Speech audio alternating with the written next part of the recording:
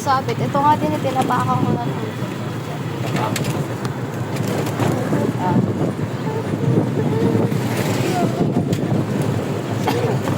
Ito siya. Tayo nakita. Ikaw din si Leo. Leo, uwi ka na ng comment. Si Leo Love, gusto niya ang ang bahay. No? Sa bahay. Kaso gusto niya lumalabas, gumagala. Feeling ko pag laki nito, tumatama to dumampot kay Kuya. Seryoso ako. Diyan na lang si ate. Gawa ka naman ng kawa, diyan ka na lang. Sabihin nun. Iyakin ka naman eh.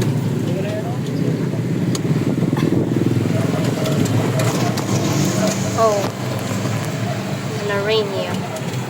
Tell me when do I stop? 'Cause it's breaking my heart. Sir Lotus Leo. Baby ko, antok na antok na. Ayaw mo kasing matulog.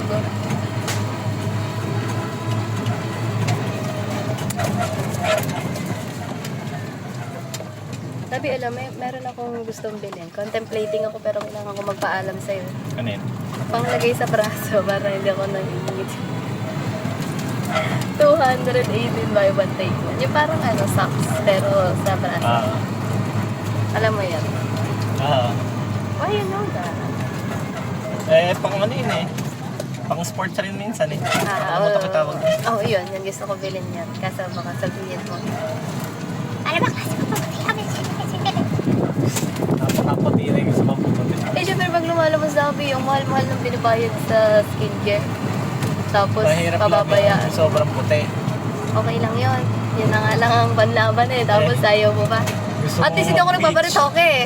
Hindi, gusto mong mag-beach, tapos sobrang puti mo, skin cancer yun. Minsan lang Ano nga yung radiation ng araw? Hindi rin maganda yung maputi. Leo, tatay mo. May payagan. Siniyo at pabato ka po talaga sa mata. Leo! Oh, what's that? Ay, cow! Ah! Ay, scared me cow! Yung nga pala yung hinahanap natin palagi. Kaya pala, ano yun? Ala doon, nandun, may laban. Wala, hindi ko binilisan. May cow pala doon.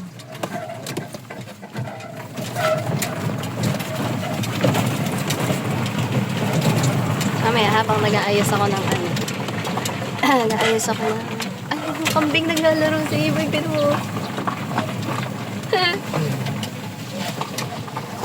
Alam mo kung nasa tabi lang tayo ng bukod, mas madali yung fit to. Tabi ng Bukay ko. Hindi namin naglalaro ng kambing eh.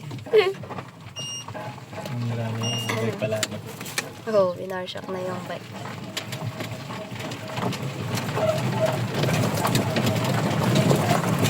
May pinapabili sa akin cabinet si mama. Sabi si Iwe, kaya gusto ko lagyan ng ipon niya din naman. Bigla-biglang nagre-request ng hangiran. Nakita ko yung price 2.4. Papasok ko na to.